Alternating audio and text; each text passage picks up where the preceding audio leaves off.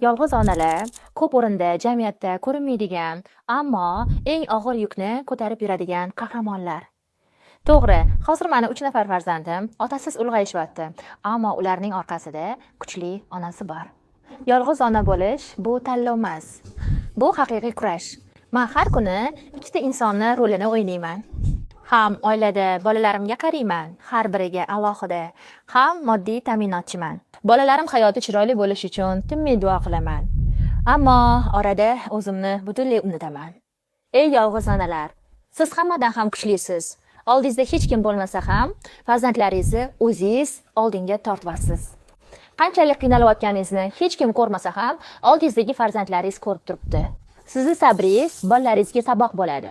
Oldida otasi bo'lmasa ham, kuchli onasi borligini o'zi yetadi.